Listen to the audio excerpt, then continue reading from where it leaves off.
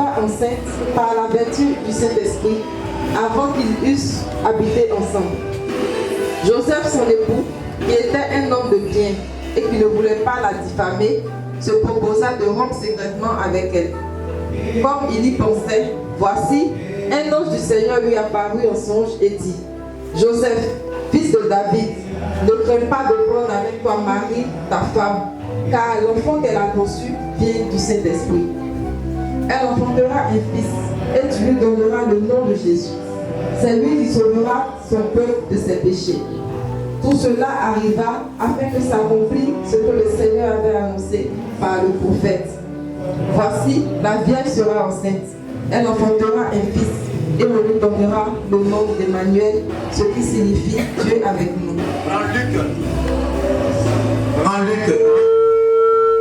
Prends Luc chapitre 1. Luc chapitre 1 à partir du verset 26. Luc chapitre 1, le verset 26. Luc chapitre 1, le verset 26. Je lis la parole. Au 6e mois, l'ange Gabriel fut envoyé par Dieu dans une ville de Galilée appelée Nazareth, auprès d'une vierge fiancée à un homme de la maison de David, nommé Joseph. Le nom de la vierge était Marie. L'ange entra chez elle et dit: Je te salue, toi, à qui une grâce a été faite. Le Seigneur est avec toi. Troublée par cette parole, Marie se demandait ce que pouvait signifier une telle salutation. L'ange lui dit: Ne crains point, Marie, car tu as trouvé grâce devant Dieu. Et voici, tu deviendras enceinte, et tu enfanteras un fils, et tu lui donneras le nom de Jésus. Il sera grand et sera appelé fils du Très-Haut, et le Seigneur Dieu lui donnera le trône de David, son père. Il régnera sur la maison de Jacob éternellement, et son règne n'aura point de fin. Amen. Seigneur, nous te rendons grâce de bénir ce moment. Aide nos cœurs à être affranchis, libérés des chaînes et de tout ce dont le diable voudrait nous accuser. Fais-nous de bien encore ce matin au nom de Jésus. Amen. Amen. Amen. Amen. Est-ce que les enseignements que je donne ici, est-ce que ça vous aide? Est-ce que ça te fait du bien toi personnellement? Est-ce que ça t'aide à grandir dans la foi? Si vous me voyez maîtriser l'atmosphère ou essayer de calmer les choses, c'est parce que je veux faire la sorte à ce que une personne devant moi comprenne pour bien grandir. Gloire à Jésus. Amen. Amen. Donc, je veux que chaque jour il y ait un résultat dans ta vie. Est-ce que c'est possible? Oui, je crois que c'est possible. Le dimanche je suis passé, c'est-à-dire le dimanche avant que le prophète ne vienne, nous avions parlé d'un thème. Tu te souviens? Un thème on avait parlé. Je n'avais pas fini, mais on finira plus tard. On avait parlé d'un thème, c'était lequel? Tu te souviens? Oui? Jésus ne partage jamais, partage pas sa gloire, il ne partage jamais sa gloire avec quelqu'un d'autre. Amen. Est-ce que tu as compris ce qu'on a dit dedans? Ou bien tu as oublié carrément? Mais déjà avec le thème, ça te dit quelque chose. Amen. On a compris qu'à un moment donné, Dieu nous jette dans un temps où tout semble sombre. Mais ce n'est pas pour nous faire du mal. C'est pour qu'on ait une bonne relation avec lui. On a pris l'exemple du monsieur qui était couché auprès de la piscine de Bethesda. Pendant combien d'années? Il était paralytique. C'était un paralytique donc depuis 38 ans. 38 ans le monsieur souffre de paralysie. Il est couché à la piscine là. Quand Jésus s'est approché de lui, qu'est-ce qui a attiré l'attention de Jésus? Qu'est-ce qu'il a dit? Il dit quoi? Je n'ai personne. Ça veut dire que quand l'ange tombe dans l'eau, il y a des gens qui ont des parents qui les soulèvent pour jeter dans l'eau, ils sont guéris. Mais moi, comme je n'ai personne, avant que je ne me jette dans l'eau, quelqu'un d'autre a été jeté dans l'eau parce que son parent l'a aidé à y aller. Mais moi, je n'ai personne. Donc quand l'ange tombe dans l'eau, je ne peux pas aussi me rendre comme les autres. Jésus a dit quoi? Lève-toi, prends ton lit et marche. J'ai posé la question. ce n'était pas le seul paralytique là, dans ce moment-là, en ce moment auprès de la piscine. Mais pourquoi Jésus s'est focalisé sur le monsieur?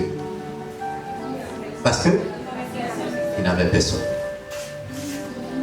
Tu sais pourquoi? Parfois Dieu crée un silence autour de nous. Dieu éloigne certaines personnes autour de nous. S'il y a des serviteurs, occupez-vous de ça, pour ne pas laisser les enfants balader. Amen.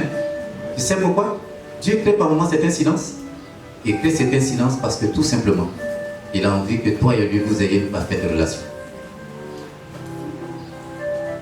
Gloire à Jésus. Amen. Parce qu'il veut que toi et lui, vous ayez une parfaite relation. Tu te sens parfois seul. Mais Dieu a envie que tu échanges avec lui, c'est pourquoi il crée ce moment-là. Gloire à Jésus. Et on a donné plusieurs exemples. Toutes les personnes que Dieu a soutenues, c'était des gens qui n'avaient personne pour les aider. J'ai précisé, il y a des gens dans leur vie qui ont beaucoup de parents, mais en fait, ils n'ont personne pour les aider. C'est ceux-là que Jésus aide. J'ai précisé en disant, nous tous qui sommes ici là, on sort d'une famille peut-être de 300 membres. Tu peux citer de cet tanti, de cet enfant autour de toi. Mais aujourd'hui, attends ton orteil seulement va rougir. Dis-moi si tu aurais un tonton auprès de toi. Dis-moi si tu aurais un tanti auprès de toi. Eh bien, c'est pour ces personnes-là que Jésus est venu. Ceux qui ont beaucoup de parents, mais personne pour les aider dans les moments difficiles, c'est pour eux que Jésus est là. C'est pour cela que quand il s'est approché de la piscine, il a fouillé, il a trouvé une personne qui avait des parents, mais personne pour l'aider à tomber dans la piscine.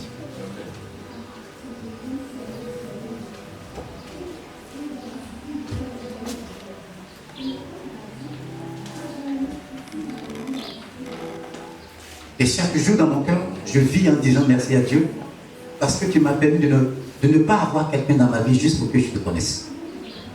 Parce que si j'avais quelqu'un dans ma vie,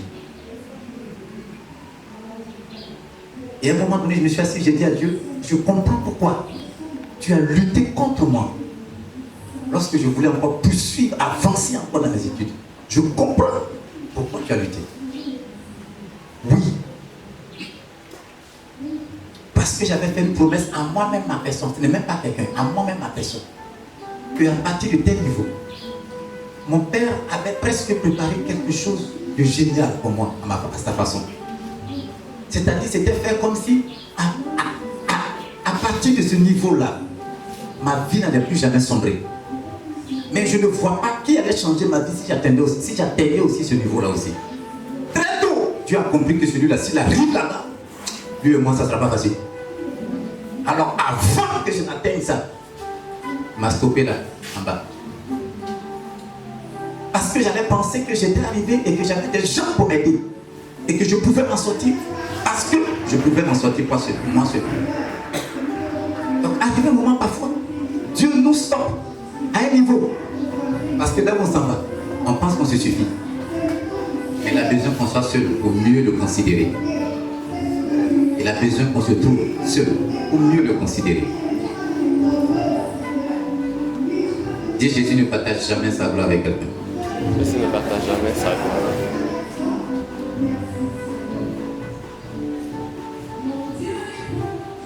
J'ai dit, il y a des personnes avant qui ne juraient que par le nom de leur famille. Moi, tu me connais. Je suis enfant de telle famille. Pour me toucher, tu vas voir dans ce village, ou bien dans cette ville, dans ce pays.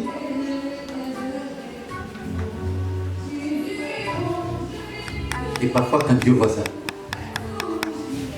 il crée un vide autour de toi pour que tu te retrouves seul, pour que tu aies confiance en lui seul. Donc, certaines choses sont arrivées à ta personne juste pour que tu aies une intimité parfaite, profonde avec Dieu. Ça ne doit pas te détruire, mais ça doit t'aider à avancer. J'ai essayé. Oui, j'ai essayé. Parce que je n'avais pas compris.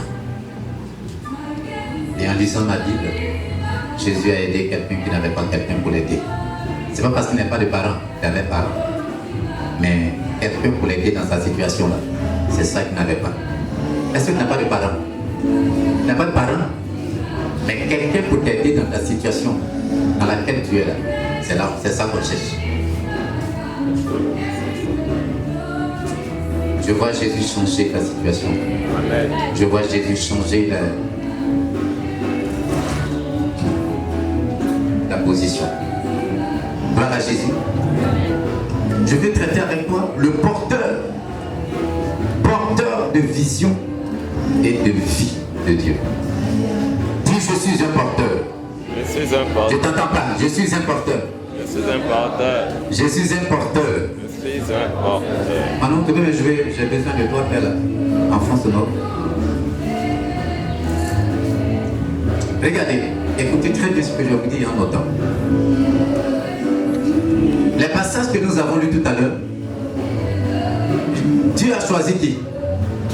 L'ange de Dieu s'est révélé à qui? À Marie. Comment on vient encore, pardon? L'ange de Dieu se révèle à Marie. Hein? Je fais Marie aujourd'hui. L'ange de Dieu se révèle à Marie. L'ange la salue. L'ange lui dit que tu seras enceinte. Tu vas porter dans ton ventre un enfant. Il ne s'arrête pas là. Il dit, il va s'appeler qui? Et Jésus. Donc, il sera appelé Emmanuel. Ça veut dire quoi? Dieu est venu vers nous. Donc, en fait, l'enfant que Marie est en train de porter, en réalité, ce n'était pas un enfant. Amen. Ou bien pour ne pas choquer ta foi, ce n'était pas un enfant ordinaire. Mais en vérité, dans le fond, ce n'était pas un enfant. Il n'était pas venu pour vivre. Tu comprends? Il n'était pas venu pour vivre. Il était venu pour mourir. Donc, Dieu couvre Marie. Et en couvrant Marie, Dieu prend une boule d'onction. Est-ce que tu me suis? Regarde-moi ici. Dieu prend une boule. Dieu couvre Marie. Et puis Dieu lui-même, après avoir couvert Marie, il prend une boule d'onction. Et puis place dans le ventre de Marie. Et puis il dit, c'est que j'ai mis encore là. Ça va devenir un homme. Est-ce que tu me suis? Ça va devenir un homme. Mais quand ça va sortir là, ce n'est plus pour toi. J'ai fait quelque chose avec ça. Vous pensez que ça c'est un enfant? Vous appelez ça enfant vraiment? En fait, ça s'appelle la vision. Dis avec moi la vision. La vision. Ça s'appelle la vie de Dieu. Dis la vie de Dieu. La vie de Dieu.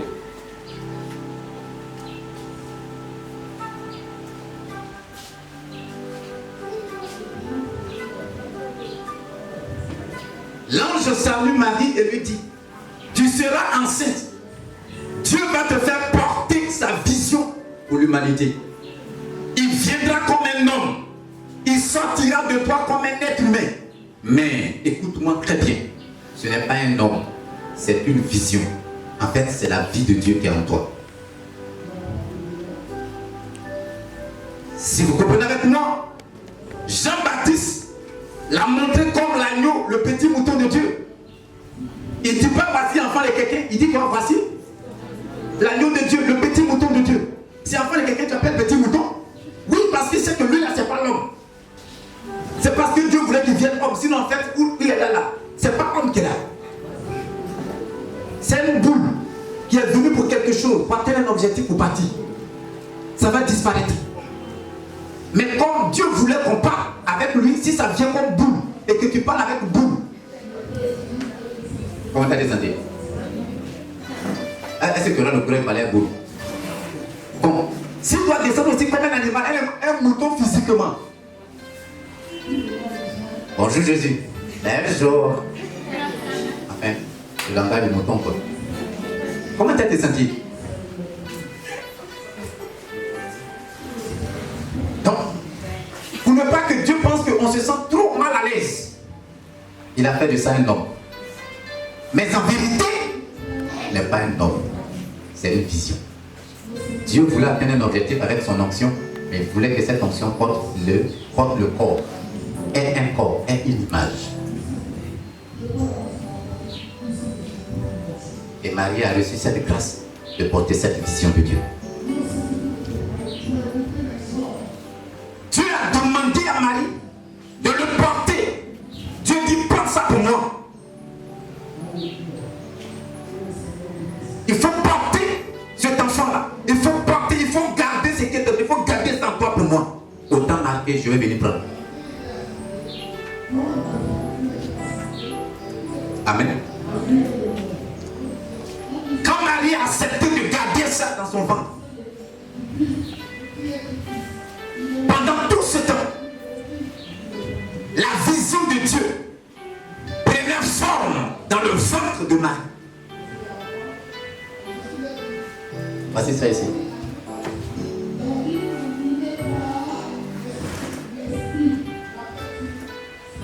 Vous commencez par là, vous terminez là. Donc, Dieu a gardé cette vision dans le ventre de Marie. Jusqu'au temps marqué, elle allait venir prendre. Elle allait faire sortir pour faire ce qu'il voulait faire. Donc, cette vision qui était dans le ventre de Marie grandissait. Parce que Dieu voulait mettre ça au chaud au moment où il va venir prendre. Mais il fallait trouver une personne pour garder ça au chaud. Il a confié ça à Marie. Je prie que Dieu se souvienne de toi et te confie quelque chose. Alors je dis que Dieu se souvient de toi et te confie quelque chose. Amen. La vision était en sécurité dans le ventre de Marie. Parce que si Dieu l'avait déposé sur un arbre, un oiseau allait partir picorer ça pour garder. Si Dieu l'avait gardé sous une terre, quelqu'un allait marcher dessus pour écraser. Dieu cherchait un endroit.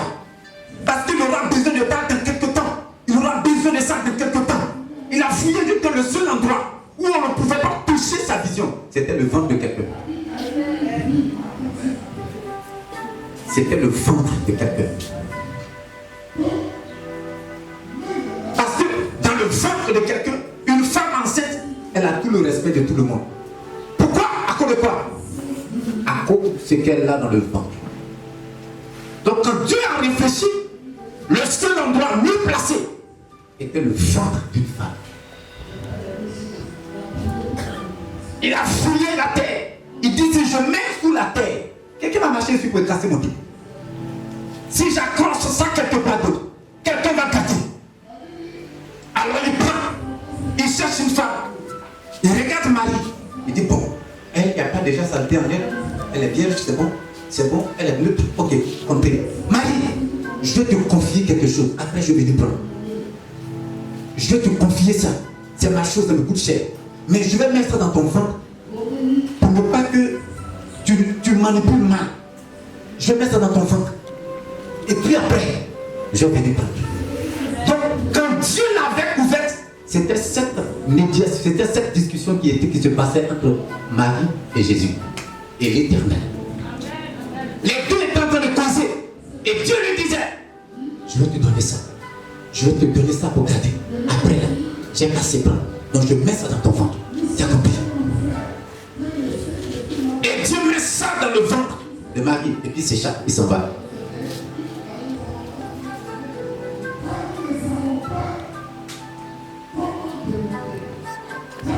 Et je porte la vision de Dieu. Je porte la vision. Je suis un porteur de vision. Je suis un porteur de vision. Ah, si tu as femme, une porteuse. Dieu a demandé à Marie de le porter pour lui jusqu'au temps marqué. Pendant tout ce temps, la vision de Dieu prenait forme dans le ventre de Marie. La vision était en sécurité dans le ventre de Marie. Écoute, même quand il pleuvait, Marie encaissait la pluie, mais elle protégeait quand même la vision.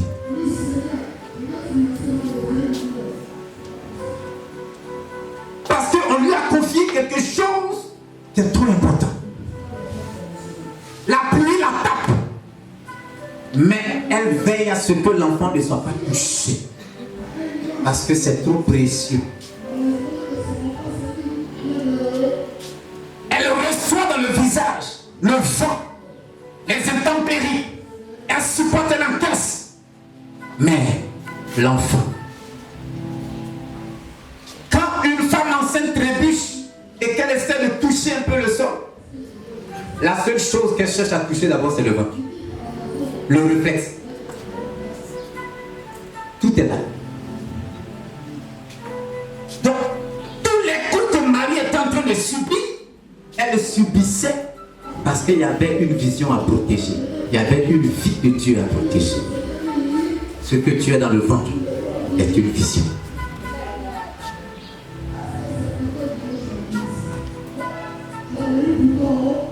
Dis ce que j'ai dans le ventre est une vision. Ce que j'ai dans le ventre est une vision.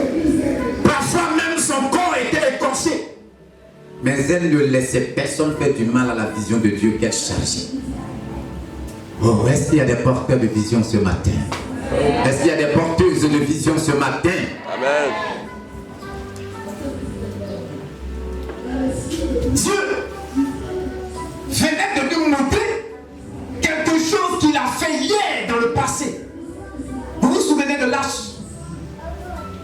Lâche, la présence de Dieu. Vous vous souvenez? Vous connaissez ce que c'est? Voici ça. Hein? Ok, tu peux faire ça là? Lâche.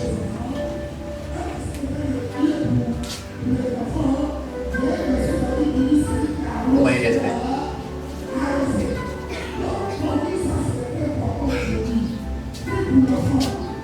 Il y a quelque chose ici. C'est comme la coupe.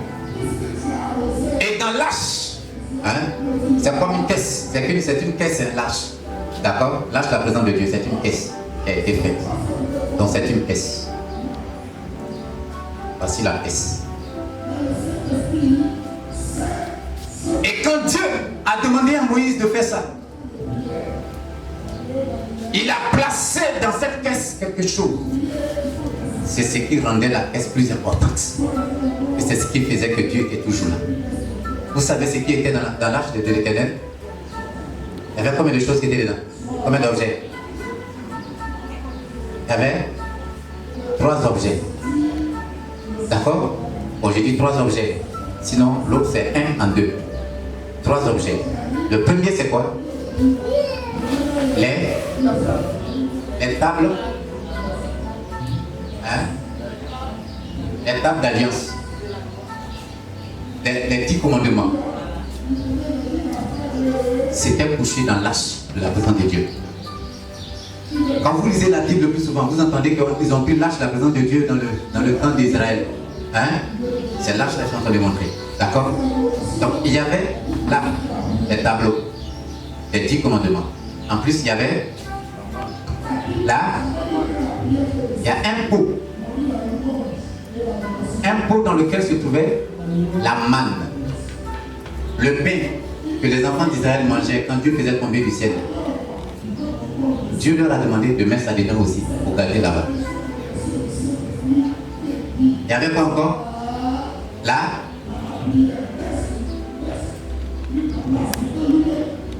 Vous vous souvenez que lorsqu'il y avait Balaam, Abiram et les autres, ils ont demandé qui Dieu a choisi. Dieu a demandé à Aaron et à certaines personnes de déposer des verges dans la présence de Dieu. Quand Aaron est parti couper lui sa branche et qu'il a déposé le lendemain, ça a donné fruit. D'accord? La branche n'était pas collée à un tronc. Ils ont coupé, ils sont allés déposer ça dans la présence de Dieu. Il n'y a rien dessus. Le lendemain, branche a commencé à porter fruit. Saisis ça.